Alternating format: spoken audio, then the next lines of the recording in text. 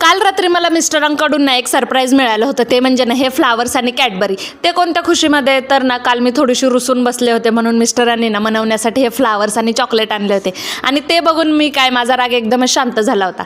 नंतर तेवढ्यात आला होता पार्सलवाल्याचा फोन. म्हणे मॅडम तुमचं पार्सल आले. त्यांना म्हटलं थांबा, आले मी लगेच. मग काय पार्सलवाल्याकडे गेले आणि एवढं मोठं पार्सलचा बॉक्स मी घेऊन आले होते. आता याच्यात काय घेतलेलं आहे तर दाखवते. तर यामध्ये मी घेतलेलं आहे ही ट्रॉली बॅग. आता गावाकडे वगैरे जायचं आहे त्यामुळे ना घरात बॅगच राहिली नव्हती म्हणून ना ही एक बॅग ऑर्डर केली होती.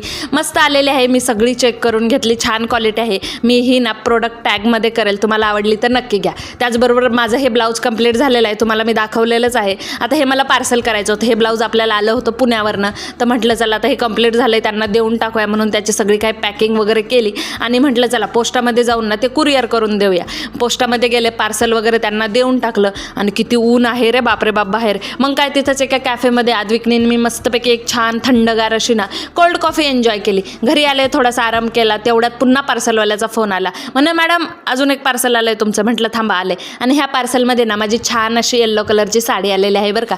छान साडी आलेली आहे, अगदी 500 रुपयामध्येच होती आणि मस्त आहे हळदीला वगैरे घालण्यासाठी. आणि ह्या पार्सलचा राडा एवढा झाला होता ना, घरामध्ये गोडाऊन झाल्यासारखंच वाटत होतं.